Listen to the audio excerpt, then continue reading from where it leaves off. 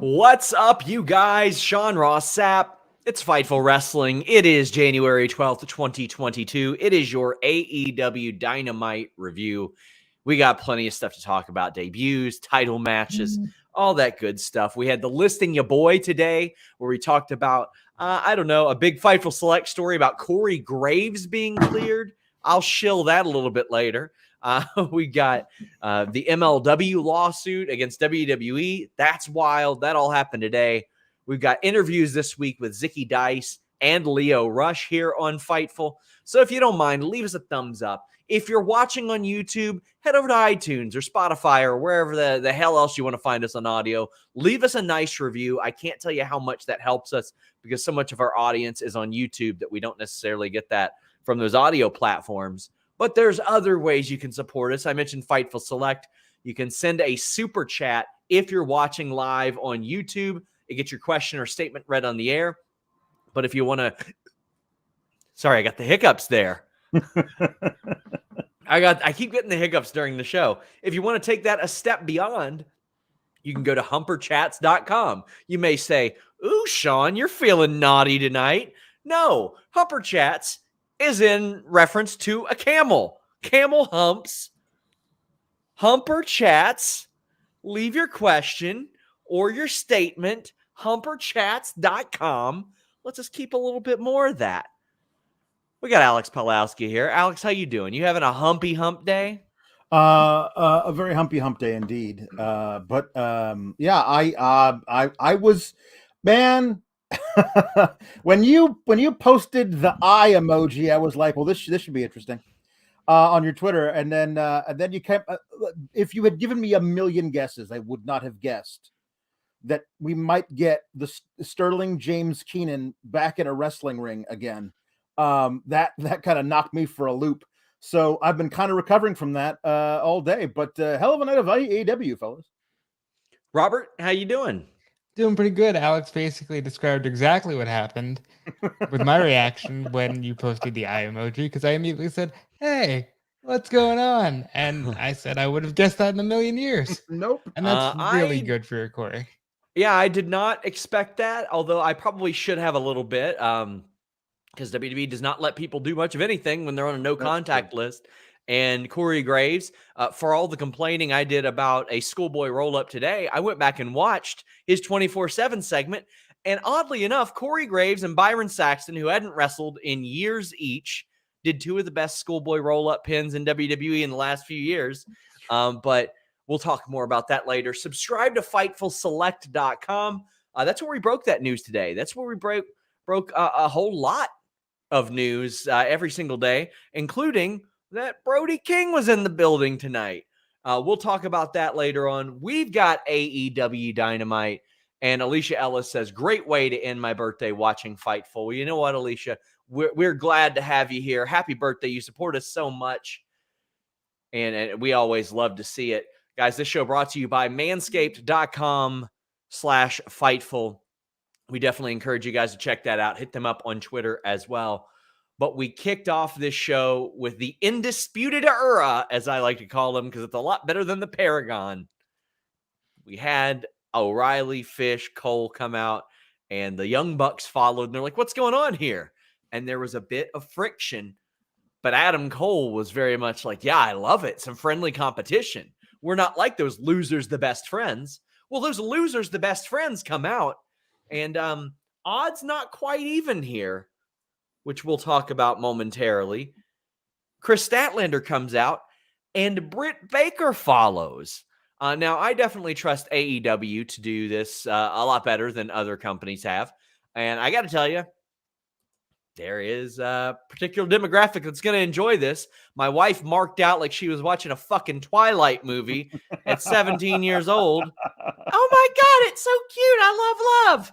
And I'm like, they're heels. They're bad people on this show. But that is neither here nor there. Chris Rain says he's looking so forward to Britt and Adam tagging together. Alex, what did you think of this segment? I got to say, her stealing the Young Bucks kiss Yeah. was really good stuff. That was really good. A few things. I really did love that the Young Bucks hate Red Dragon and vice versa, because that just gives me like they're building two. Obviously, Adam's got to choose one, and whichever one he chooses, that's when Kenny shows up and helps the other pairing, which is like the dream feud. Is that just give me a few of those trios matches? Like I don't know, a dozen. Like I'll watch that forever. So I was very excited about that. And then best friends come down, and I love Orange Cassidy not having to say anything and just text Adam Cole. And I like how Red Dragon and Young Bucks back each other up in the brawl, because even if you don't like your brothers in the gang, you're still in the same gang. So you got to, there's going to be a rumble, you got to throw hands. And I thought that was really cool. And I'm not going to lie. I think the most I marked out was Statlander standing up to Cole, because of all the women in AEW, if they ever do an intergender match, I feel like Statlander's the one to do it. She is just a powerhouse, and I don't believe she backed down to anybody. And I thought that was kind of cool. I don't think we're actually gonna get it, but every time they tease me with Statlander standing up to somebody, I go, ooh, someday. But when Britt ran down and attacked Statlander, I was like, this is really, really important to me, because they kept that so close to the vest. They mention in passing that Britt and Adam are a thing, like Tony Schiavone will bring it up or whatever, but they've never actually done a segment together, unless I'm wrong, on television. This was like them saying, we are the it couple and the grit couple of AEW. And if one of the other places is going to have it, we're going to have it too. And ours is kind of better. It's like it felt like they were staking that claim. I thought it was really well handled, well done. And this is actually a mixed tag match that I am looking forward to for a change. Now, there are some obvious options as to who could help even up the odds with best friends, Robert. We've been mentioning Johnny Gargano on this show quite a bit. But how'd you feel about this? And I like them working Britt in with Adam Cole, because they have not ignored it on this show. And when the opportunity presents itself, this made an awful lot of sense. Yeah, see, that's the important thing, is it made sense. It was like, oh, here's an opportunity for me to go help him, because he's not Dan Lambert and he's not itching a hitter. So I'll just run down and make the save, And but all of us are. That's true. If you believe Dan Lambert, hitter right in the face. Yep. But great segment. I am all for Britt being an official member of the Paragon, or whatever they want to call it. This works. And it was a refreshing change of pace to see Britt away from Rebel and Jamie Hayter. So I liked everything about this. ShotKid29 says Kyle O'Reilly needs eye contact. I did think about you, Sean, when he kept saying that. That's fantastic. So they're backstage, they being this group of top heels, so to speak, and they're arguing over what Brandon Landon's name is, and then they all tell him to shut up. This was good old-fashioned fun. Tom LaValle says best friend still feuding with the Undisputed Era, and in 2 weeks is Cleveland. Could Johnny be waiting for a hometown pop? I would think so, because if they are continuing this feud for any other reason, I am just like, ugh, at this point. Unless it is a vehicle to debut Johnny Gargano, I don't really want to see it. I think Johnny's genuinely just waiting to be a dad, and then he'll figure out wrestling later. Quite possibly. ShotKid29 says if Sue doesn't drive in Johnny for beach break, money left on the table. And like we said, like I would have loved if it could somehow have been after the birth. That way you see him lean into the car and adjust the car seat. And he's like leaning out like, no, hold on. This is way more difficult than anybody realizes. Yeah. Like, I think there's something really funny to be done there. Yeah. I wouldn't be surprised to see him debut in Cleveland, because it's Cleveland, it's his hometown, Sure. And then take some time off, or at least a reduced schedule, to be there for the birth, to be a dad. My own personal fantasy booking is that he comes out, hey, I'm in AEW now. I'm Johnny Wrestling. It's my hometown. And for the first time that we see him since he lost to Hangman, Danielson comes out, says, hey, Johnny Wrestling, I'm Brian Wrestling. Would you like to do the wrestling tonight? And then Daniel Bryan, Bryan Danielson, that guy, like he puts Johnny on the kayfabe shelf. So Johnny can go away and be a dad when his kid is born. And when he comes back, we've got that feud waiting for us. I think that's what I would love to see happen. I do want to say I would absolutely trust Sue with my child, though. Like, Yes. that's a babysitter. That is true. That is a babysitter. Mark Losper says, I'm okay with the mixed tag if they don't do the WWE rule set. If they have women can't hit men and vice versa, then I'm all the way out. I don't think they would do that move set. Shazarn says, my beautiful dream. Regal comes out to announce Blood and Guts with Gargano as the 5th for the best friends. No way it happens, but I can dream. Look, I'll just say it. I don't want best friends in Blood and Guts. If you're going to do it, it's Elite and Paragon.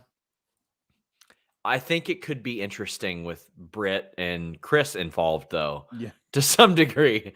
I think it could be interesting. Yeah. Anakin saying, Britt insisting she be the one to kiss Cole pop me. Also great to get 2 matches week to week with women. Statlander and Britt had such a great match at All Out. So that compensates for getting OC and Cole again. I'm telling you, the kiss was such a good visual. In my head, I'm like, do I go with Brody King as the thumbnail? Do I go with the kiss as the thumbnail tonight? Got to get those clickety clacks. Brent Lockman says, don't stop now, Alex. Manifest all of that. Well, we're going to manifest. I'm currently manifesting.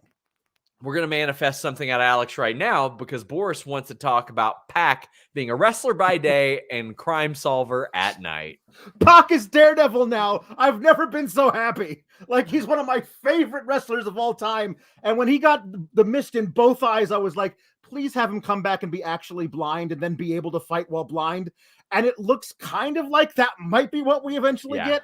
That video package was so good. The ones he did back at the height of the pandemic where he couldn't get out of England, like those things were so weird and like edited so cool. This feels like a return to that, and I loved those. But him just fiddling with a Justice tarot card with the eyes of Justice manually scratched out by himself. God, I need so much of that. And here's the thing. I love that he says my vision for the first time is never been more clear. Like, this could be fighting the House of Black, but it could be joining the House of Black. He never actually specifically says in that thing. I love that they leave it open for us. But yeah, I would love to see him go out and do some vigilante justice in the streets of Hell's Kitchen. That'd be fun too. Oh boy. Sorry. So the way that we do our super chats is our moderator, Luis, does a great job. Luis Polito does a great job. He puts them in the back end to buy segments. And I'm so immature because the segment says amazing Wardlow package. And I just want to say, and I just want to say that if you would like your package to look as amazing as possible, check out our friends at manscaped.com. Oh, Manscaped. You know the drill. You don't want to look like an AEW main eventer. And by that, I mean just gore and blood and all kinds of mess everywhere. Manscaped prevents that.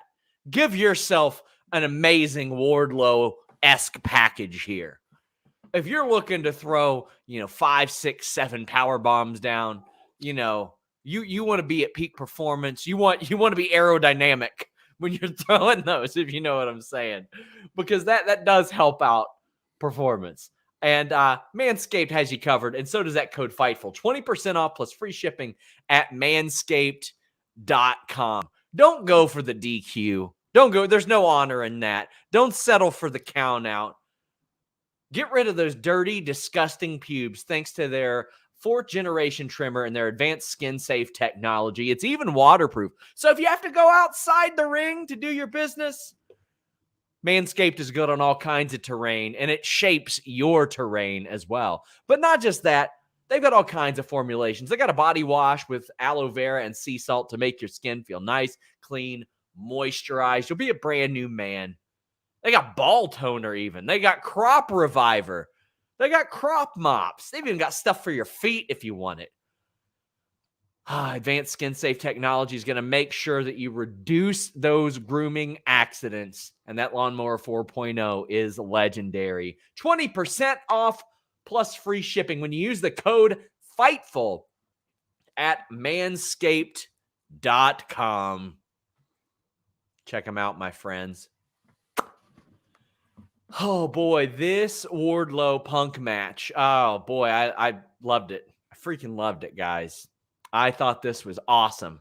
I thought they made Wardlow look incredible, and I know that a lot of people didn't like the finish, but I'm going to put it over here in a moment.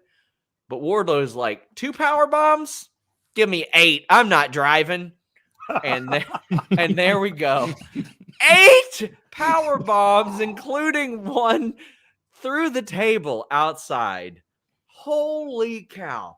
This was an ass whipping of epic proportions. And what I loved about this is this very much it said, if MJF was nowhere near this, Wardlow would have mopped the floor with CM Punk.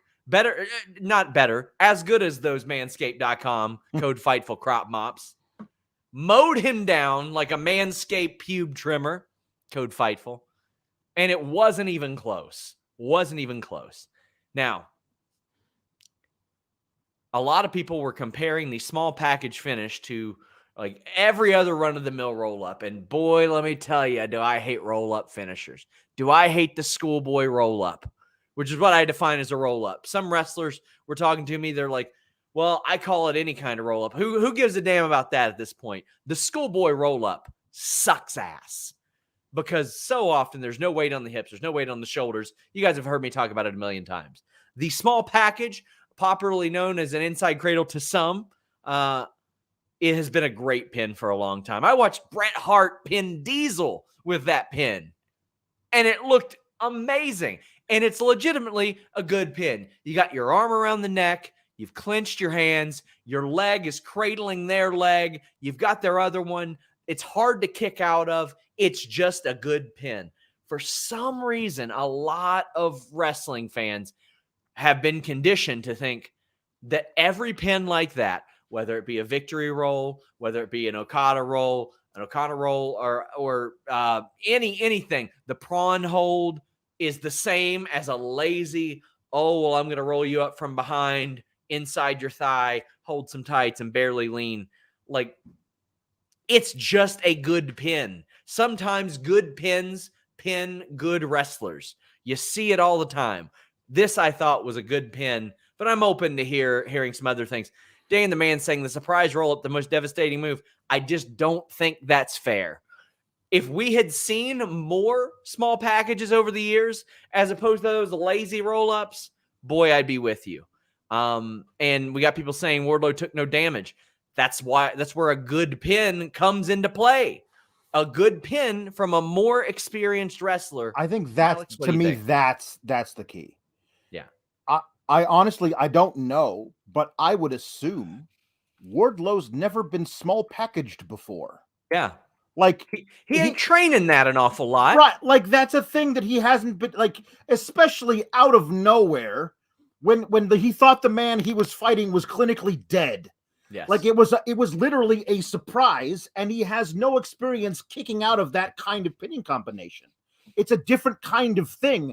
In the moment, he was like, what the hell is happening to my body, basically? Like, and I totally believe, like, it's things like when Cesaro gets small packaged. I'm like, that guy knows how to kick out of that.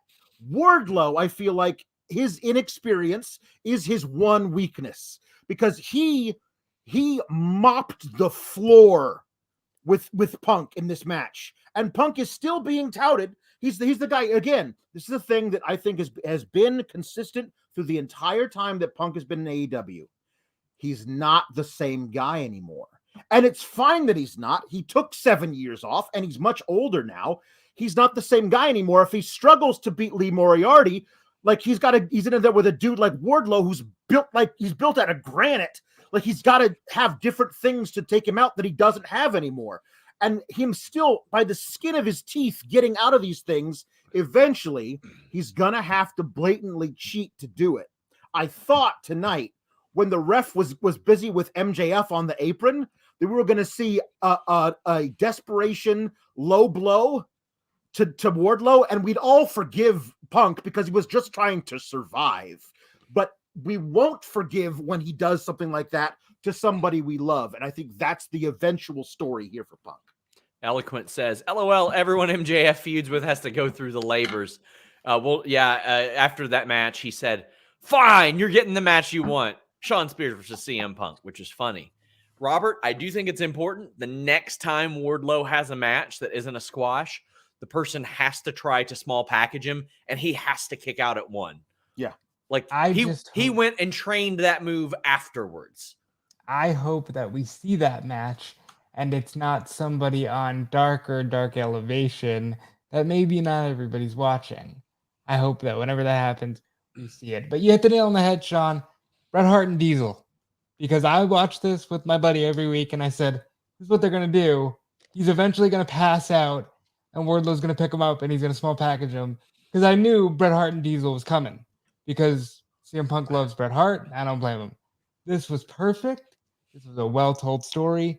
And MJF is eventually going to face the wrath of Wardlow, and that's not going to be pretty. And again, I am an absolute dork about a good pin. I just love a good pin, like a ghetto clutch, a Delphin clutch, crucifix, all that stuff. There are so many of these that should be conditioned to make you think anybody could get pinned with one of these at any given time. That way you don't eventually see it as a lazy thing. That way it's not like how it became in pro wrestling for so long, where it's like, I'm going to lightly roll you over, and not only that, the person on the back without their shoulders covered, just laying there instead of doing this or this. Ooh, it's so annoying. And I'm glad that they are conditioning the audience to be more into pins. We've got a bunch of super chats about a lot of different stuff, but we're going to get into these about Wardlow first. Dana Holland says, local legend says Wardlow is still power bombing Punk. I just love that his finish is like a shit ton of power bombs. It's awesome. I mean, and that's his finish is one power bomb. Yes. He decides to keep going, but he could pin after the first and nobody would get up. I also like that that's becoming a finish too, because when I was growing up, like if somebody got power bombed for a while, that was it. Then like 97 hit, and then everybody was doing them. Orion Ben 666 says Powerbomb Symphony leads to the turn. Didn't see that coming, guys. Oh, I mean, that's, of course we all did, but that's okay as long as the story's like good. That moment where MJF is pointing the finger in Wardlow's chest and Wardlow just grabs the hand. Like, I was like, are we going to get this tonight? Because I thought they were going to wait to Cleveland because it's in Wardlow's hometown. But I mean, I'm all for just like that little bit of a tease. Like, oh, the crowd was ready to come unglued if Wardlow powerbombed MJF tonight. They're going to go crazy for Wardlow when he turns on MJF.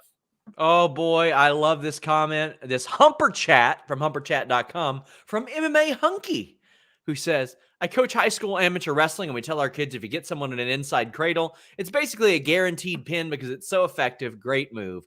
God damn it, I love you, MMA Hunky. I appreciate you. Like I said, a good pin is one that is difficult to kick out of, one that pins the shoulders and makes it hard for somebody to kick out. Whenever you're hooking that leg, that is so they can't kick their leg out and pop their shoulder off the mat. That's why all the time you'll hear announcers say lazy cover when they don't hook the leg. And that's why so often you'll see wrestlers scoop their arm underneath the head. They'll scoop the leg, then they'll attach their hands like this and grab the wrist. That way it reduces the ability to get that shoulder up off the mat. I could talk about that shit all day long, but I get the feeling you all don't want to hear that. So Dana Holland says, felt like Wardlow deliberately didn't kick out to passively tick off MJF. Could be an interesting approach as well. Valob says, go watch Sonata or ZSJ do O'Connor rolls. They are awesome finishes. Yes, they are. Mark Losper says, these type of finishes are okay to a company that does them extremely rarely. It's not like they do 47 distraction roll-ups per minute. Again, if they were good pins on WWE, I wouldn't have a problem with it either. And it's not a distraction pin either. It's he just got pinned. Yeah. Jay Blood says, the Manscaped ball toner works. I got a six-pack down there. You need a doctor. You don't need Manscaped. You need a doctor. Van Twin Blade says, jumping into the ad pretty early, Sean. Buddy, I couldn't help it. when I saw that on the back. Dilly Deal says, long-time listener, first-time Humper Chat. Thank you so much. Punk versus Wardlow felt like an ode to Chael versus Silva. Would have preferred an Anaconda Vice out of nowhere, but appreciate the cradle. Love you guys. Appreciate what you do. So for those of you who don't know what that reference is, Chael Sonnen was a fairly good MMA fighter who was more of a journeyman who was taking on the unstoppable Anderson Silva at the peak of his reign. And for 4.5 rounds, Chael Sonnen beat the living shit out of Anderson Silva and just whipped his ass. And then out of nowhere, Anderson Silva popped on a triangle choke and won the fight.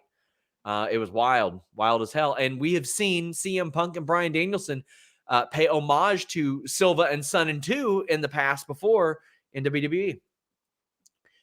Bake05 says, the best powerbomb will forever be the last ride. Buddy, I love that move. I don't know how people took that move going back in time without rattling their head off the mat. But the first time I saw Biker Taker do that to somebody, I stood up off the couch. I was like, what is this? This is a new form of death. That was amazing. I saw a meme last week. There was somebody in midair getting a wedgie and it said Undertaker in 2000 to everyone. I loved it. Mike Preventure 2 says, people who think the surprise pins are bad need to look up how often American Dragon wins with them. It's about context, and this was great. Throw all the WWE stuff out the window. When you're watching this show, throw those tropes out the window. What AEW seems to be looking to do is apply some logic to some of their things that don't have logic, which I appreciate. Chris Rain says that the match was awesome. Love the story they told, and the eventual pop when Wardlow turns on MJF is going to be huge. So after this, you've got MJF poking at Wardlow. I got real like Cornette, Yokozuna 1996 turn vibes here. And if you guys haven't seen that, go back. You'll see exactly what I mean. Yokozuna had been managed by Cornette for quite a while, and it was coming to an end. And Cornette had his shiny new toy, Invader, and all that, and that all unfolded. But it's going to be great. It's going to be really good, I think. Slaps88 says the payoff is going to be good when Wardlow turns on MJF, but not as good as when the Raiders beat the Bengals this Saturday. Good luck, Sean. Well, I hate to tell you, but that ain't going to happen. That is not going to happen. Matthew. I mean, history says different. But you know, I can't think of an important time ever in which the Raiders have beaten the Bengals. Definitely not the time that led to a 30-plus year curse from Bo Jackson. Not really. Daniel R. says they should hold Wardlow, MJF till Revolution, right? Maybe even till Double or Nothing. I think you do Punk and MJF at Revolution, then Wardlow, MJF at Double or Nothing. Bugs Bunny 95. Thanks for the lively discussions each week, Fightful crew. It's also great to hear what you all have to say. Haters can kick rocks. Select work the 5 too. I've paid a lot less attention to the haters in 2022, and my life is significantly better. So thank you to all of you that subscribe. Matthew asked if Punk and faced Wardlow and Spears in the wrong order. Well, what do you think, Robert? Maybe, because I think Wardlow should be the final step if he's going to be any step. But they clearly have a different story they want to tell, because AEW just doesn't do this randomly. Everything they do is with a purpose. So if Punk had Wardlow first, there's an exact reason. Yeah, I'm willing to see what the story is in the Spears match. Like if it is an immediate disqualification because Spears hits him with a chair and just goes to town on him because that's all MJF cares about is hurting Punk. Like I get that as well. So we've got a super chat of MA saying, I always YouTube Nunzio selling the last ride. You want to talk about a guy that knows some good pins. Nunzio, a lot of people don't know that he's like a shoot badass. Like he is a legit badass dude. Like he wrestled in UWFI back in the day. Jay Blood says, I love how Punk sold everything Wardlow did like he was fighting Thanos, crumbling with a scream for that big clubbing blow to the back. I like that Punk wasn't throwing punches. He was throwing clotheslines. He had to give everything that he had. I thought that Punk, go ahead. He knows a thing or two about making a guy look a little strong. I think this is the right guy to put in the ring with Wardlow. I wonder if Tony went up to him and said, we got to make Wardlow look strong. And Punk said, well, how about we let him win? I think that's exactly how it happened. Terry Allen Jr. says, is Robert excited for the 2K22 cover star? Well, Robert knows who it is, but that's embargoed. So, yeah, and I would be, and you all should be too, because it's just been too long since we've had a wrestling game. That it has. Brett says, flying to Atlanta Sunday for Terminus, then to DC for AEW shows. Any chance AEW can compete with Gresham versus Alexander? Well, if we mean on Terminus, in the ring, I think that Alexander and Gresham is going to be the best match all month, much less. I think it'll be better. I think it could be better than Omega or Hangman and Bryan Danielson, or as good. But we should have coverage of Terminus, by the way. I am so excited for that and happy that they sold out. Bako5 says, crowd seemed pretty light tonight. Is that due to the COVID increase, or AEW need to get newer unvisited markets? I think they should go to unvisited markets. I don't know if so I would look in the background, and I thought those were empty seats. It was just really dark. It was just really dark. Yeah, that did not do them any favors. It looked like they were doing it to like one section of fans. And then in a different angle, you were like, oh no, there are fans there. You just can't see them. Yeah. And I do think they should go to new markets. I do. I don't know why they haven't been going further into the Midwest and the West or anything like that. But, I'm going to look into that. I'll see what I can find out. I always encourage you guys to check out the WrestleTix account. They use software to kind of pull information on that. Votlob says, Daredevil pack. Justice. And Sawyer says that he loves how petty Tony is on commentary towards Adam Cole and his greasy hair. It's great continuity. It really is. Mark Losper says, if I'm going to believe that any wrestler could be the Daredevil, it'd be Pac. Please give me a return segment with a darkly lit hallway and Pac destroying geeks. What would be great is the lights can go out and Pac can knock everybody out because he doesn't need the lights to see. Like that would be really cool too. WrestleTix said it was at 66% tonight. That is down from most AEW stuff. Poor dude says, traded a beer to say that Inside Cradle is not a roll-up. Props to Fundamental Wrestling and SRS for becoming a double champ. So I'll quickly address this. When I went to a seminar with Billy Robinson, he complained an awful lot about that move and about calling it a roll-up. There are some in pro wrestling that do call all of those roll-ups. Fundamentally, like in amateur wrestling, catch wrestling class, that's just never what we called a roll-up. It's always been the schoolboy, which, by the way, I have never seen pin a real human in my life. But yes, I do love some fundamental wrestling.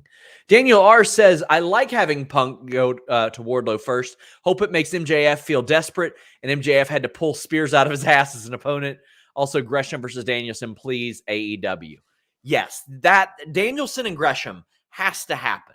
That match has to happen. For people asking where Terminus is going to be available at, it'll be on Fight. Also Saturday, Zicky Dice's Outlandish Paradise on Twitch. I am so excited about that. We got a full interview up with Zicky Dice on the site. Talks about being backstage at NWA, which shocked me because last year I was in the middle of a very interesting argument between Zicky Dice and Nick Aldis. That was a very real thing, but check out that full interview. Mark Losper says, Punk being willing to eat all the power bombs says a lot about where his current attitude is about stuff. Great to see a guy with such a name willing to go in there and help make Wardlow even more. Let's talk more about taking moves, because one thing I didn't have on my bingo card tonight was Matt Hardy taking a fear factor. In fact, when it almost happened on the apron, Robert, I looked at him and I said, that ain't happening. No chance. Well, as we say, Matt Hardy puts on for his city, and he ate that. Holy crap. His wife was in the crowd, too. I bet his wife was like, what are you doing taking that? I'm surprised Rebby didn't jump the guardrail with both kids. Like, what are you doing? No. Oh, this is solid. It was all right. But it was to serve a greater purpose, Robert. It was okay. I can do without the 5 minutes of delete Cero Miedo. I don't love know. that they reference like this does have a 20-minute time limit. Yes. So That was perfect. That was perfect. Look, I get that Matt's like, okay, cool. They're gonna do the delete thing with me because we're in North Carolina, Right. and I didn't get to get that over in 2020. I get it, but I don't need it for 5 minutes in a match. I just don't. So, I mean, the match isn't what everybody's talking about Penta. Now, and earlier in the night, we had Jurassic Express wishing Phoenix best of luck. Dark Order set up a match for next week. That's cool. But what we eventually had was Malachi Black coming out, getting in Penta's face. The Varsity Blonde showing up. Julia Hart with her eye patch, which looks so badass. And then it happens. Malachi Black turns the lights off, and we've had teases for a while. And FightfulSelect.com reported this evening that Brody King was in the building. Please subscribe to FightfulSelect.com. I can't tell you how freaking good it is. And Bako5, you're saying, are we working on any news for the AEW game? We're always working on news. So yes, I will keep asking. Brody King pops up, and a guy that has not been on WWE, AEW, Impact Wrestling TV ever. The crowd is chanting his name. Alex, they knew exactly who he was, and they knew exactly what he was there for, and that is really good.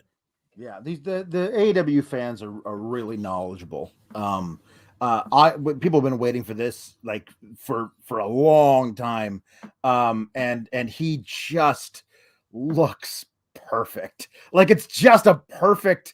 He's the perfect giant sidekick for Malachi Black. Like he looked like Malachi Black created him in a lab or like in the vats at the base of Mount Doom. Like it's perfect. And he just comes in. He's just a block of just tattooed meat, just throwing things at people. I love it. I can't wait to see what these guys do. The House of Black has 2 members now. I would not be opposed to seeing this grow into like a 5-person thing where like Black can sit on a throne on high and send people at the ring to kill people. I think there could be a lot of fun stuff to do here. But right now, man, this is a tag team that I think you could start picking up wins with. And I would love to see some tag matches with these 2 guys. It really revitalizes the division. Brent Lockman says, rejoice, the King has arrived. Chris Rain says, Brody King looking like an absolute monster. Kings of the Black Throne in AEW. Shotkid29 says, anyone else think Griff was Christopher Lloyd and Roger Rabbit and Brody King was the Road Roller, or just me? Dan Janoff, the debut of Brody King was awesome. If only there was a site that I could have potentially heard about that coming beforehand. Well, I do want to give credit to our dude Cassidy Haynes at bodyslam.net, who reported that Brody King has signed. He's done some incredible work, especially over the last year. We did have on FightfulSelect.com that he was there tonight. He had done some stuff in the ring with Varsity Blondes before the match. Robert, we've got Brent Lockman saying Malachi verse is so much more compelling than Cody verse.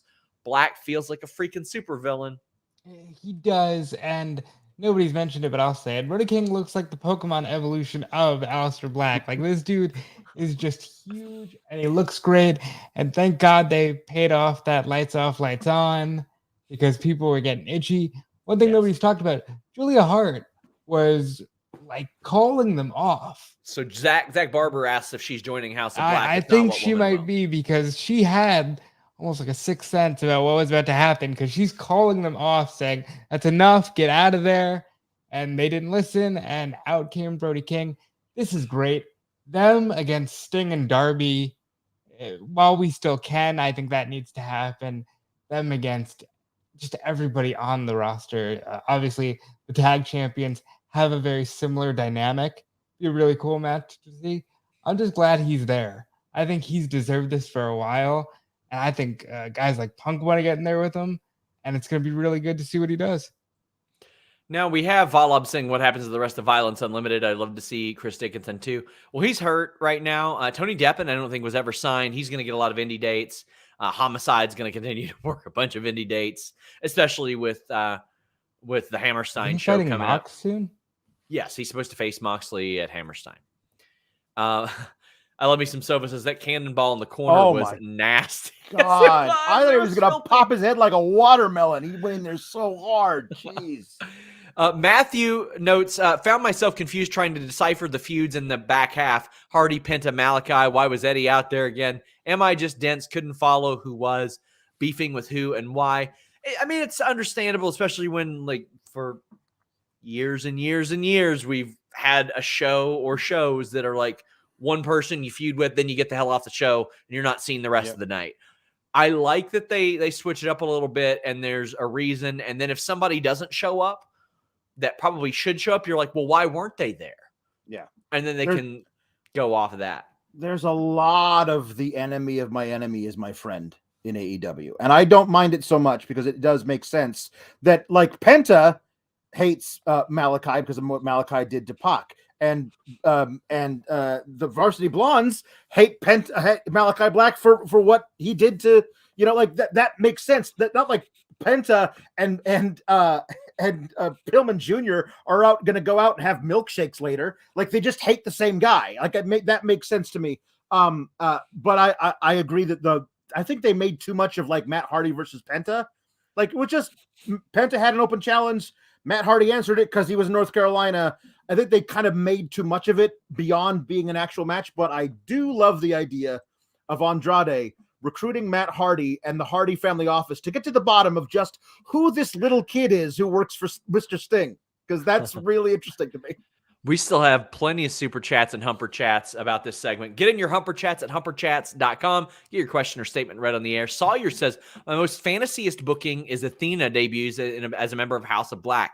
That is something out of left field that I think sounds really good, because I think if she just pops up as Athena, we'll have a lot of the same concerns that we had about her in NXT, especially as far as the identity go. And I think she could probably sink her teeth into something like this really well. And I think that working with a Brody King and a Malachi Black would be beneficial for all of them from a lot of different perspectives. Yeah. I think that Malachi Black could provide her with some incredible, like, adjustment to the on-screen character and persona. Brent Lockman says, while we're manifesting, I'd finish off House of Black with Swerve and the Briscoes for pure chaotic energy. I don't think the Briscoes will be a part of anybody else's act. I think they are their act. Somebody mentioned in the chat, the Butcher and the Blade, about facing King and Brody King and Malachi. I would love them to face each other, and at the end, they are like subsumed into the House of Black. The Butcher and the Blade specifically look like they belong in that kind of a thing. Anyway, they'd be great as, like, henchmen. Shot Kid 29 says the gut feeling is Julia and Pac join the House of Black with eyes to match Malachi's, whose own eye was different tonight. Foreshadowing, possibly. Everybody is so self-righteous in this company and in this, like, world that I think Pac just comes out and beats crap out of all of them. Beats crap out of Cody, beats crap out of House of Black. I think Pac is going to be the actual blind justice in this entire story. Just a completely force of chaotic good, because everybody is evil in his mind. I love it. Mark Losper says, follow up from the NXT show. Alex Malachi Black is the only spooky BS I can accept, at least until he starts throwing fireballs. Here's the thing about Malachi, man. It's nothing really all that spooky about it. He's just really into, like, death metal. Like, he's an awesome, like, dark kickboxing king. Like, that's awesome. It doesn't have to be like, you know, oh, I teleported, or I can conjure up fireballs, or you see me with my face paint off, and then all of a sudden you see me with my face paint on. Like, it's just him being creepy, which is awesome. I don't cover a lot of NXT on the podcast, but if they don't have Wendy Chu sleeping in Mei Ying's throne at some point, they've got to be self-aware enough to do that. I don't think they are. I wish they would. They got Raquel Gonzalez doing video interviews in the damn thing right now. Yeah, like that's what the most use they've got out of it. But man, I love the response to this. Brent Lockman says, Kings of the Black Throne, there's license to print money. Good to see King has a better travel agent than Veer. Anakin notes, when Wardlow powerbombs Spears, he needs to do it 10 times and then do the hand motion. Oh my God, they need to do that. That is fantastic. I love it. Eloquent says attendance was definitely lower tonight, but even sellout shows, if you notice, they don't like the whole crowd like they used to. Wish they would. That was one of my favorite things about AEW is they let people know that people were there to watch the show. Yeah. It wasn't all dark. Like, you cast a light on them like, look, our show is cool. People are here. It felt very drab tonight, and that's something I hope doesn't become a regular. Something else I don't hope is something regular. Dan Lambert's on the show. Cut one of his more tolerable promos. Honestly, I thought that was the best thing that he's done. Like, yes. on the mic, it's perfect. Hangman Page wants a new challenger. Dan Lambert's out there, and he's like, listen, you're not Blackjack Mulligan. You're not Blackjack Lanza. You're not Dick Murdoch. You're not a cowboy. And Hangman's like, bro, yes, I am, actually. And then Lance Archer comes back, and Dan Lambert is shitting in his pants because why wouldn't he? I love that bit of continuity. I love it. But also, I love that Lance Archer, while he's in the ring, is like, yeah, you got a point. I'm going to beat up Hangman Page instead. Now, I had tweeted, I hope they give him some wins, because the last time we saw him, he was losing in the first round of a title contender tournament. It was brought up to me, records reset, so close as anybody, and I said, all he's got to do is pick up a couple wins on Dark, and he's the top spot. That's it, and I buy it. If that's the rule that's established, I'm cool with it. Love the blackout onto the chair. Holy crap. But I got to say, the most devastating move was Hangman Page calling Dan Lambert a walking Facebook profile photo. Robert, that's money. Somebody needs to make that t-shirt. That is money. Dan Lambert is groan-inducing. Dan Lambert is a lot of things. In this case, you guys are right. This was very tolerable because he didn't have to resort to anything really cheap. But I don't like the idea of, hey, we're going to use Archer again to get this champion over, because they've done it too much. I do think that this is the best use for that particular thing. Like, Hangman needs a big victory quickly over an intimidating counterpart. Like, I was like, gosh, I don't want it to be Miro if he's healthy, because I don't want Miro to lose. Archer's perfect. Archer's just the perfect guy to put in front of Hangman, make Hangman look like he's got to play underdog. He's able to beat him, and he can move through to the next big time feud heading into something else. I think that they can do this and make it look well, because I don't know how long Hangman Page's reign is going to be. It may be really long, but it may be a shorter one. And if so, you got to give him one that's like that. He just comes out looking like the guy. Yeah. So in the last year and a half, we've had Cody beating Archer for the TNT title. We've had Archer losing to Moxley in an AEW title match. We've had him come up short in the ladder match as well, and any number of top contender matches. He lost to Miro for the TNT title. He lost in the Eliminator tournament. So I do get if some people have a little bit of fatigue about him being in that. I do think it was very, very important last year that AEW had Lance Archer beat Jon Moxley for that U.S. title, the IWGP U.S. title, and then him defend it on that show. I thought that was very important, because at some point it would be boy who cries wolf with him in any title picture. And we don't think that he's going to win this world title, but you know what? Tell us a story, give us a reason, and I'm game for it. And also, great to see Lance Archer back. Just great after. Gosh, that was such a scary injury, man. Yes, I thought he was dead. It was horrifying, man. Yeah. It was so scary. Oh man. Brent Lockman says, love that Hangman was out there looking for a challenger, not waiting like all champions have before him. Me too. He wants to fight. He said 90 minutes isn't enough. I want more. Mm-hmm. Loved it. Nerd Drew says, I do want to bring this up, though.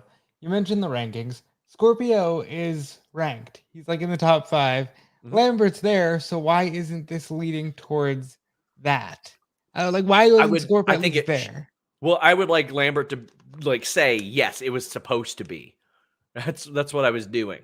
And I wouldn't even mind if Lambert kind of ditched them for Archer, because we don't know if Roberts will be back anytime soon. Or they ditch Lambert as well, because Archer could use Lambert a lot more.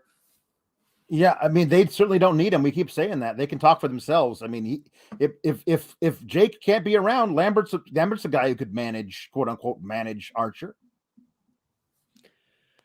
Robert says, do you think there's a chance of a Crockett Cup tourney with Mr. Crockett around? Yeah, I think that sounds like a great idea. I think really the do. NWA has that like I think that's theirs, trademark on lock, but David Crockett is there a lot, and I wouldn't be opposed to it.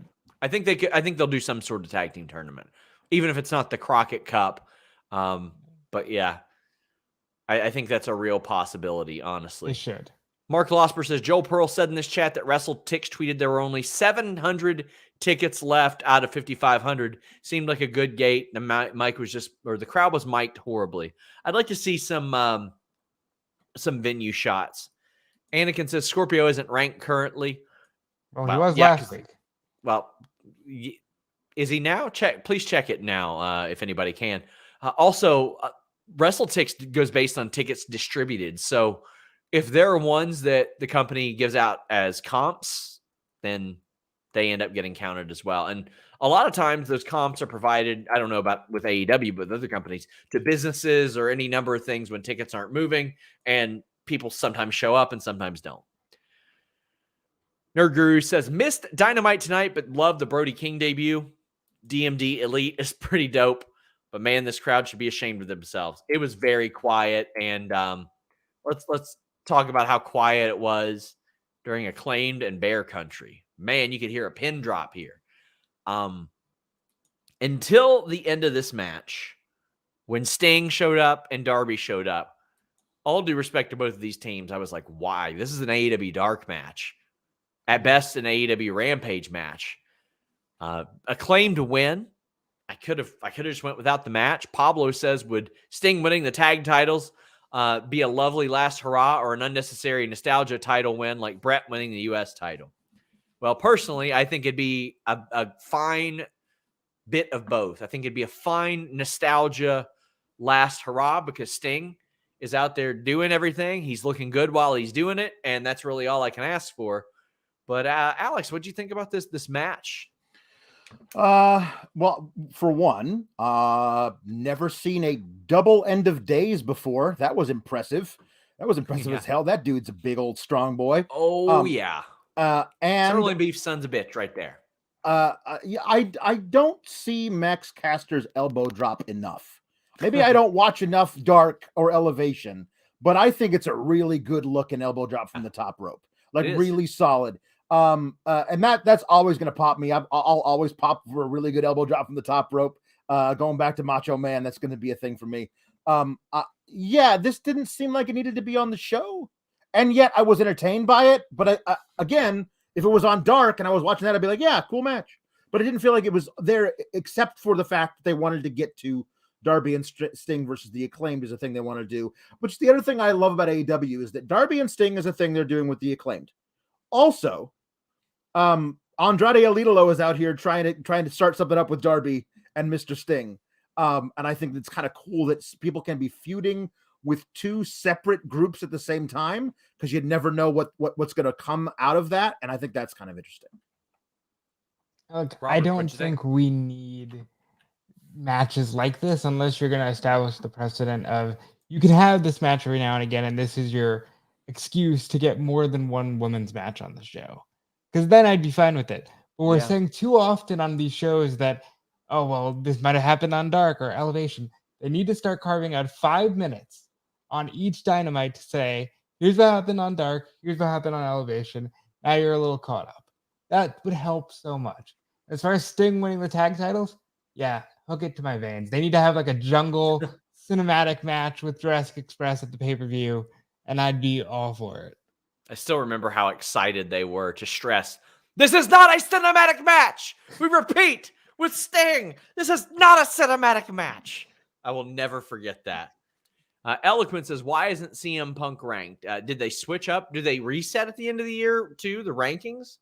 Or do those they carry over? definitely reset at the end of the year. And I know like Cole is number 1 now. Now the Bryan's out of the way. Cole's number 1. Honestly, I don't pay attention to the rankings at all. I pay attention to who wins and loses, though. I love me some Sova says Cole, Hobbs, Dante, Wardlow, Garcia. Hey, Those are pretty solid rankings too. Well, Wardlow's not going to stay on that. Nope. So maybe they'll switch somebody up. Hobbs is going to drop. Garcia's going to drop. Dante's probably going to pop up to number 2. But damn, we might see Hangman Page and Dante. That could be a lot of fun. Good luck taking that buckshot lariat, buddy. Van Twinblade says, here's 5 more to get Alex a space heater. It's going to suck up there this week. I have one. It's just too loud to run during the show. Oh, man. Mike Lima says, what if Archer feuds with Men of the Year after losing to Hangman? Archer doesn't care who he kills because everybody dies. That sounds like a blast to me. That's cool, too. Irene notes, Battle of the Belts had surprisingly strong ratings. Any chance Rampage moves to Saturday and expands to 2 hours would help with a large roster. I hope it doesn't expand to 2 hours. I hope not. If so, they probably got to get cut a lot from Dark and Elevation. I would say that moving to Saturday seems like a good idea, considering how much higher those ratings were for that Battle of the Belts than they were for any kind of Rampage. Saturday at 6 seems good because what they drew for movies in that time slot, as Jimmy put out, is more than what Rampage drew. And how have they not done Saturday at 6:05 yet? That seems like Cody's knocking on Tony's door every day. We're doing it yet? But I know that they generally start things at 6 anyway. I don't care. Make the first 5 minutes a pre-show, like a 5-minute Tony Schiavone just sitting there with a microphone telling you what's going to go on, and then say the show has started at 6:05. Well, that's where you could show us what happened on Dark and Elevation during those 5 minutes. But there's 2 factors here. 1, it was live, and 2, it wasn't at 10 p.m. I think anything at 8, 7, 6 doesn't matter, but 10 p.m. on a Friday night is just not a great slot. Yep. Brett says, with DC Rampage being live, do you think they'll do a pre-show on YouTube like Miami? What match would you put on it? When is the DC Rampage? Should be next week. Next week? Ooh, that's interesting. I think if for live Rampages, you got to put something good on it. Man, I was at that one in Minnesota, and it made me decide that I never needed to go to another pre-pay-per-view Rampage again. I think they could probably chop about 30, 35 minutes off their pay-per-views that are really long and put some of that important stuff on Rampage. So just Friday, I think it's just such a dead slot. It's just such a dead time, and there's not a lot of buzz on that. But if they're doing more Saturday stuff, I think that does have a bit of a buzz. It feels more like a fight night on Saturdays. Mark Losper says, pretty sure Casper said we have a shot like Novak Djokovic, which is an Australian watching somewhat of an international incident over his vaccination status was something. That certainly was something. Mike Preventure 2 says, expand to 2 hours and dedicate that extra 60 minutes of content spread out over both shows to additional women's matches and segments. Cool. Sounds like you guys want Alex reviewing AEW on Saturdays, because I'm not. That much I tell you. Oh, Dante Martin defeats Powerhouse Hobbs. Pablo Amaya says it's 2027. Dante Martin is AEW champion.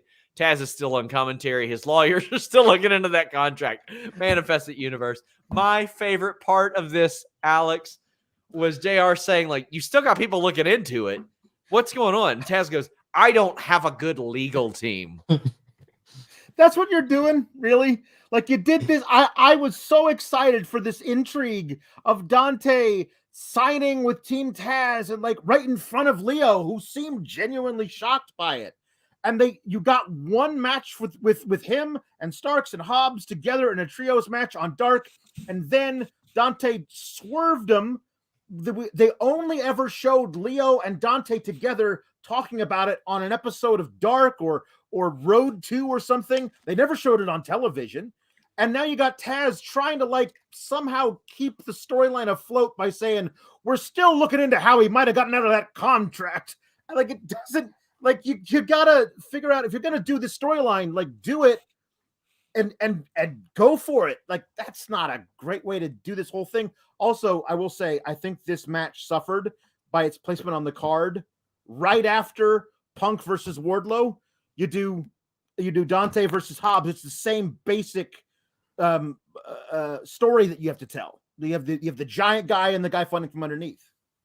Mark Losper says, I really don't want to think this, but unfortunately I do. I hope Leo isn't being punished for him publicly calling out TK because Jay Lethal rescuing Dante makes no sense whatsoever. I agree. And I don't know.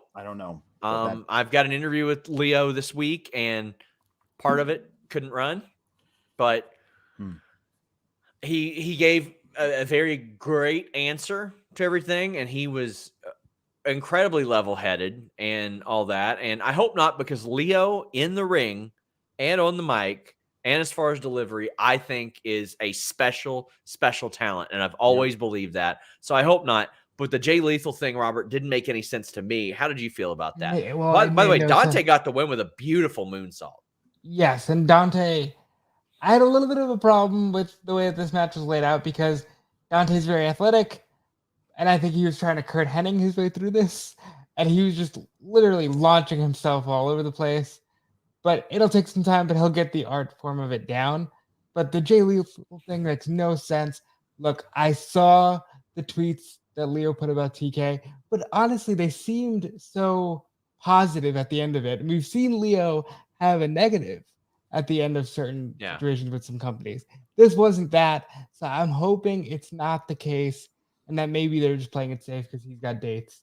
We got somebody saying that Leo asked for time off due to the rise in COVID cases and having a young family. I mean, he's working New Japan Seattle this Saturday. Yeah, he's working he's doing other stuff. Working GCW dates. He was, I mean, he I don't think he's wrestled since Defy, but I mean, I don't know if I haven't heard that specifically. Right. I don't know if it was reported somewhere. Zach says, I know this is unrelated to any word on Asuka, buddy. I better believe me. I will report it as soon as I can get it.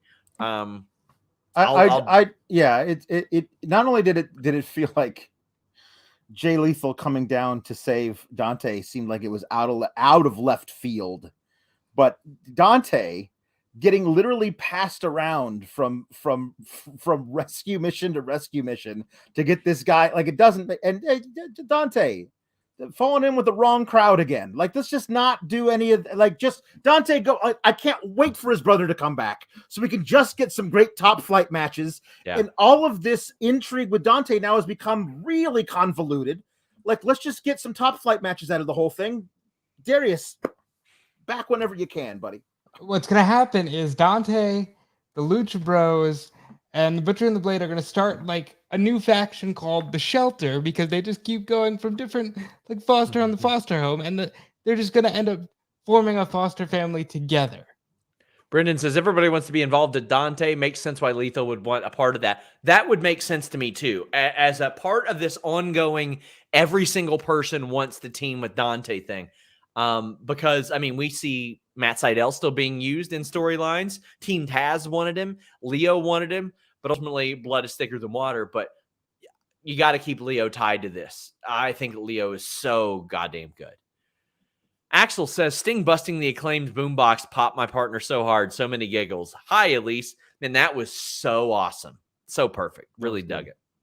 We had a Layla, Chris, and Velvet interview. And there's some stuff's going on here, Alex. Sawyer says, I'm glad AEW is trying to teach me that Statlander and Hirsch are friends on Dark. But that interview segment, woof. What'd you think? Did not go over well. It also really, I don't know. It felt so much like a beginning acting class that I used to teach. We're like, the three of us will stand in a line, and then I will turn to you and I will say my line, and I will turn to you and I will say my line. And the person will go, hey now, guys, we should just focus.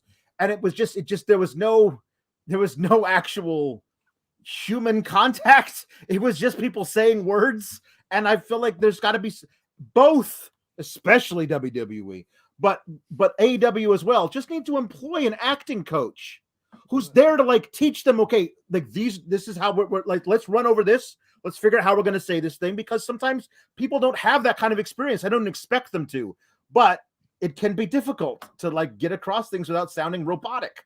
I know she's still not a part of the show anymore, but I think that would have been a good thing to have Awesome Kong around for, because she's got actual acting experience now.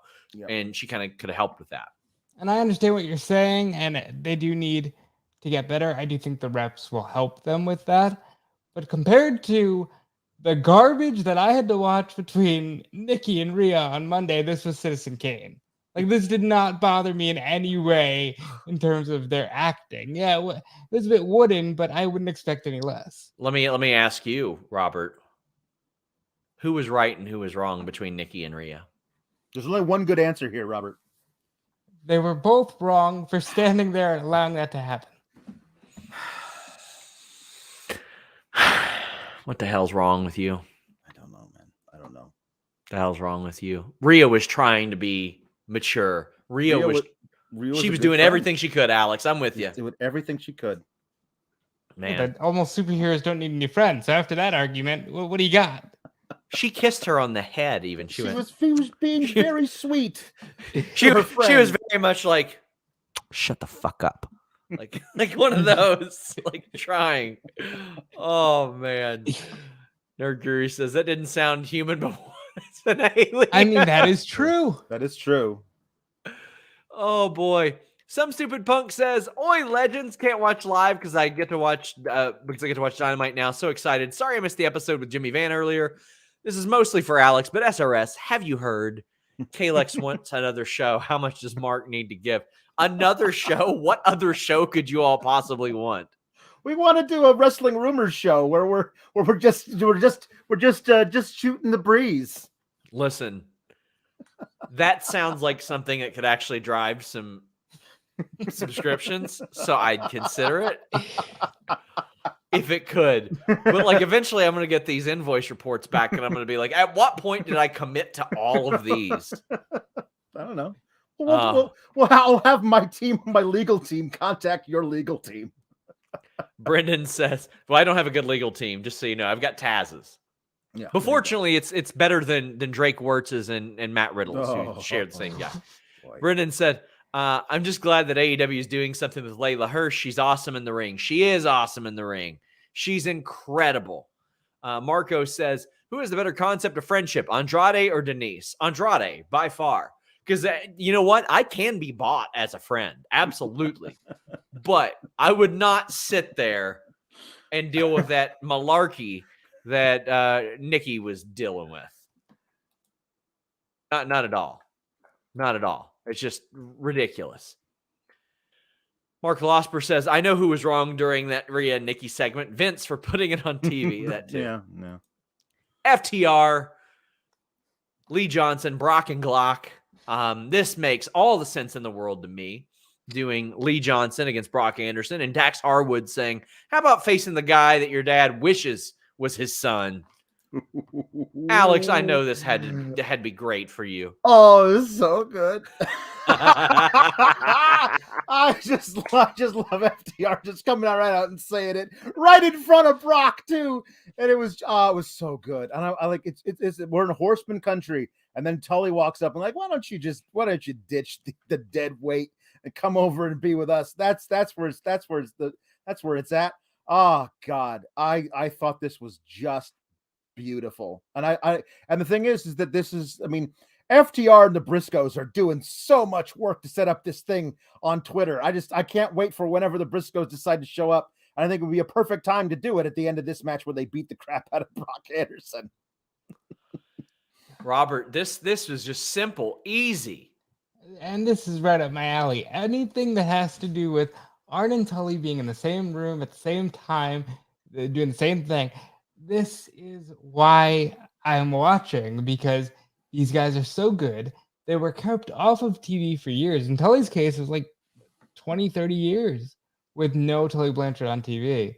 And Arn, Dax Harwood looking at Arn and saying, see you next week, Dad, might be the greatest thing he's ever said. This is simple. This is easy. Eventually, we've got to get Arn and Tully on the same page. I don't know when they're going to pull the trigger. The handshake. Jade Cargill had a video package, but then we led to Shida, Deeb, 4. Shida makes her way out to the ring, and Deeb just beats her ass with a kendo stick before the match. Completely aggressive. You had to see it. I mean, listen, I didn't really want another Shida Deeb match. I'll give AEW credit in that if they do rematches over and over again, they give you a reason. This reason, as Mark Losper points out, says, do you know if Shida was written off TV? Because it looks like she was. That would make a lot of sense to me. I've heard she has a project coming up in Japan. I don't know, though. I have asked, and even top people there aren't that sure, but it would make an awful lot of sense. Robert, I loved Serena Deeb's aggression here. She just was, first off, she was jacked. Jacked. Yeah. Look, if you're going to do a fourth match, this is how you do it. You don't wait to get in the ring.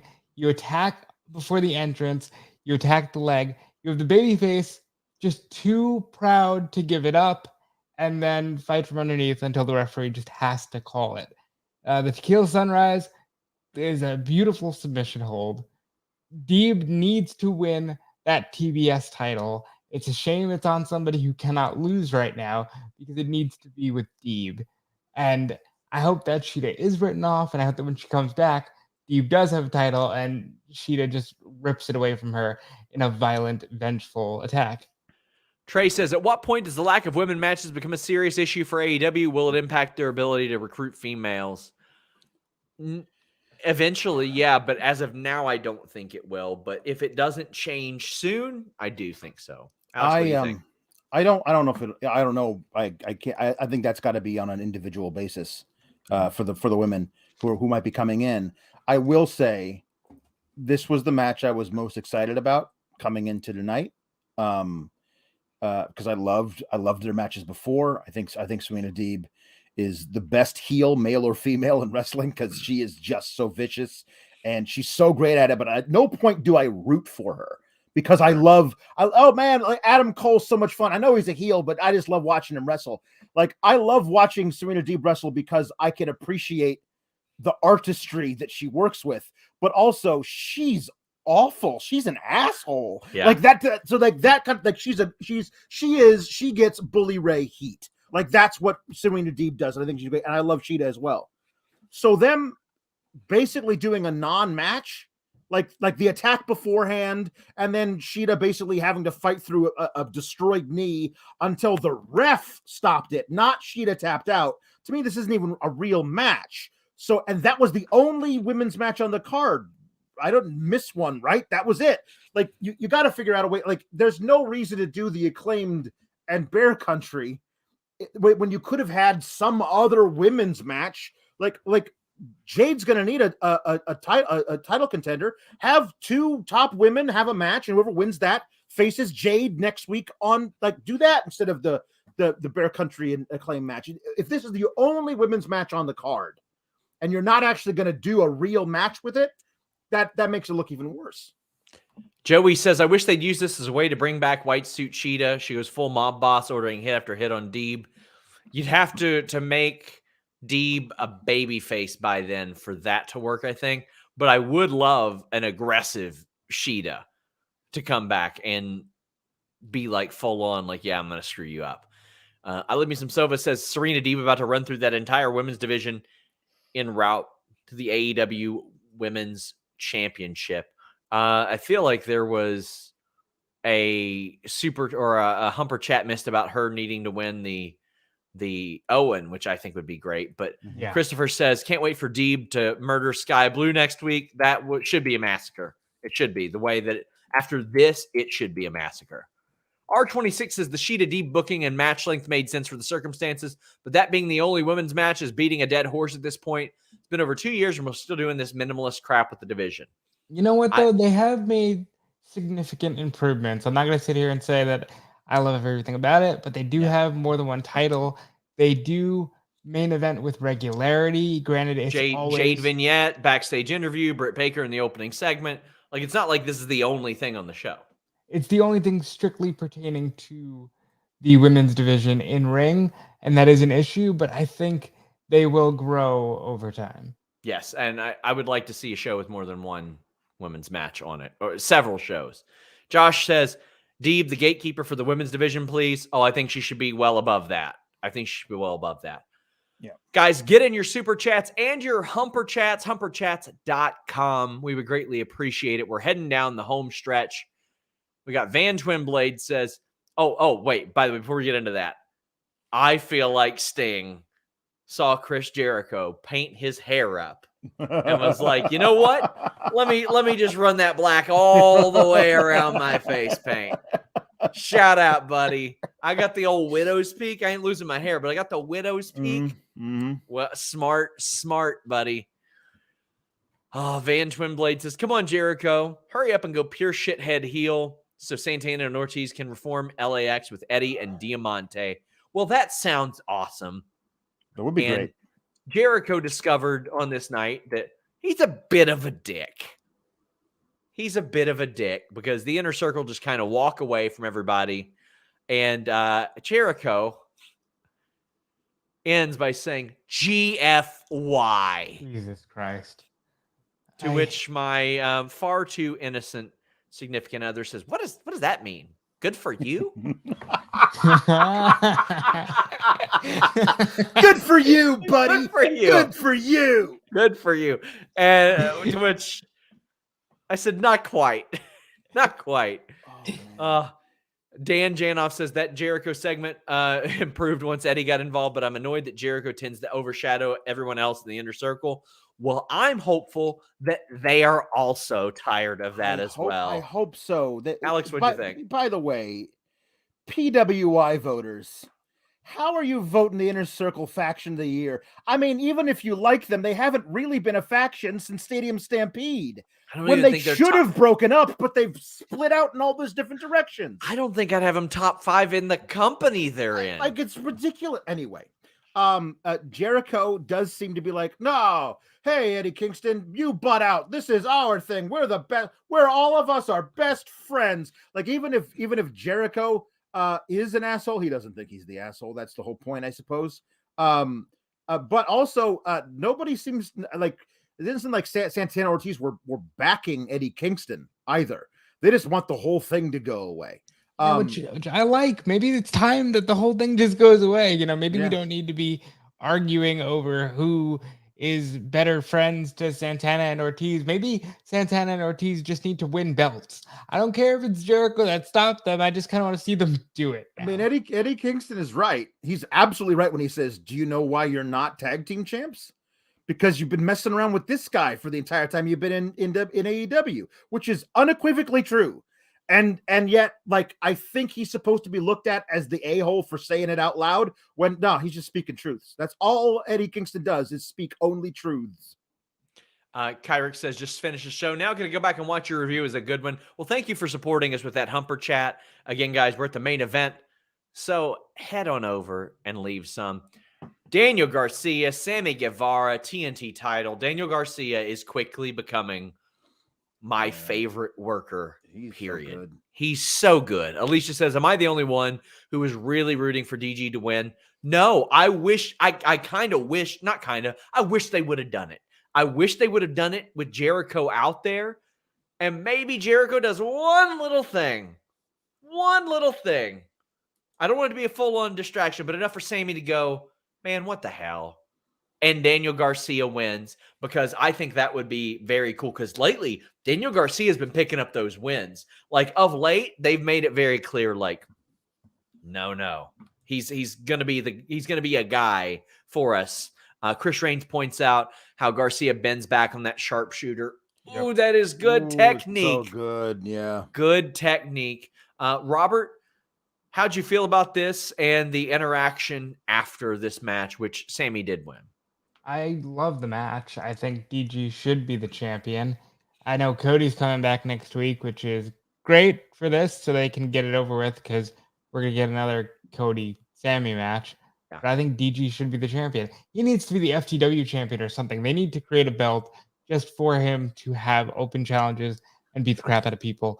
He needs to get some consistent wins that matter, because I think he's winning on other shows, but as we've said multiple times, we're not seeing all of that. Buddy, I can't wait for Hook versus Daniel Garcia one day. Right, that's what I'm ready to get to. And the match itself was fine. Like, Sammy's great, My favorite move of the match was that sharpshooter, because he bent back into almost like an Indian deathlock kind of move, forming out of that. The GTH is great. Dustin kicked out of that. I don't know why, spry young Daniel Garcia could not, but it is what it is. Interaction afterwards, too much. I don't care where this Jericho and Kingston thing is going. I think that's worth saying. I don't care where it's going. Kingston needs some wins. Jericho needs to get into a feud where he won't feel like the old guy sucking the fun out of everything, because he's not usually that. I think he should be the young or the old guy sucking fun out of everything. I think that should be his run. Is like he should do that on purpose. Yeah, but you're saying he should be a heel doing that. Yes. As opposed to like unintentionally. Like he thinks he is the fun. Thinks he's injecting fun into things, but he's really Jericho sees Sammy as the guy in the inner circle, and then he looks across the ring and he's like, well, that Daniel Garcia, he wasn't here a year ago, much less 2 years ago when I was running things. And he wants like a very much a my spot kind of guy, because I think that really, really works here. Because even when it comes to the older guys, he's not the top one anymore. Raul Ortega says he's happy to see two young Latino main event Dynamite. When's the last time that happened? Luis, thank you to Luis, our moderator, says Penta Phoenix for the AEW Championship Tournament in 2019, if his calculations are correct. Big thank you to Luis. Please give him a follow, guys. And Show Off says main event fantasy booking. Brawl between 2.0, Eddie and Chris. Y2J accidentally cost Guevara the title. And then Eddie could say that now not only because of Y2J, LAX don't have the titles, but also Sammy. This could lead to the breakup and an Eddie Jericho feud. I dig that. But Alex, how are you feeling about this whole segment, the direction, etc.? Like, I mean, I'm all for Eddie getting the rub from feuding with Jericho as long as he beats Jericho. That's the second part that I'm worried about, is that I just feel like Jericho's just going to like the plan, of course, going into the whole thing is for Eddie to come out on top. But then Jericho just like knocks on Tony Khan's door, disappears into it, and comes out with a big smile on his face. Like that's what I'm worried about in my own headcanon. This whole TNT title thing, I loved the match tonight, and I think Sammy Guevara has thrown up nothing but bangers since he became originally the TNT champion. But I gotta say it, losing the TNT title to Cody on a taped Rampage that ran on Christmas, and then neither of them appearing on Dark or Rampage, Dynamite or Rampage before they were to have another rematch. Like you gotta do something with the storyline of Cody taking it from Sammy, and then Sammy like kind of taking it from Cody by beating Cody's brother, and now they're each TNT champions. Like they still haven't done anything with the story. That's what the TNT title, since Sammy got it, has been lacking a real story. It's been having great matches, but no real story. I like Dana saying set up Sammy versus Jericho. Sammy wins. IC 2.0 Bullet Club style rebrand. That seems like one that has a natural story to it. R26 says, I think Daniel Garcia should have won 100%. I don't want AEW to go full. It's a swerve, bro. But one surprise result every now and then would be cool. We don't really get them. And again, as long as it's good, I really don't mind hot potatoing of a title or some titles. Just make it good. Make the stories good. Make the reasoning good. Make it make sense. And I'm for it. Brett says if Garcia would have won Terminus, if Garcia would have won, Terminus would have had champs from AEW, Impact, and ROH. Sorry, I'm super excited to go to that show. Don't apologize. That is a badass looking show. Yeah, it really is. Hope you guys support it. Baron Black and Jonathan Gresham are great dudes.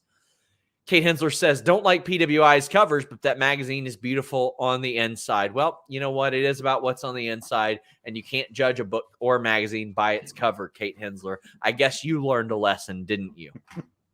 Jay Blood says, this should be the vehicle for the concept of the Inner Circle match with Jericho. It's an ego trip. Eddie pinning that on Jericho is great. But you know what? I'm going to pin the blame for our magazine not getting promoted on Kate Hensler because she didn't say anything about this month's Fightful magazine. Oh, look at that. I don't have the right overlay. Danhausen is the cover star here this month. We've got articles on Minoru Suzuki, Jake Paul, Piper Niven. We have Nate Marquardt, a UFC title challenger, writing for us, EC3. And we did a giveaway, which is, man, look at that. I don't even have the right overlay. Where were we at? We did a giveaway of late on FightfulSelect.com where you can get a digital edition if you subscribe to Fightful Select. I know a couple of you had trouble with those. We will have our tech team on that ASAP. Anakin says if Garcia would have won, he most likely would have lost to Cody. Would rather when Garcia wins, he hold it for a while. I wouldn't mind if he won it tonight and lost it to Cody in a couple weeks. Like I just wouldn't mind it at all. Cody is the top star in that company. Danny Boy said, I love Deeb. She definitely grew on me after that because I got a PhD on this shiznit. I didn't like that one. And she's going to be facing a promising Sky Blue next week. Sky Blue is super over in the Chicago area. Where are they at next week? DC?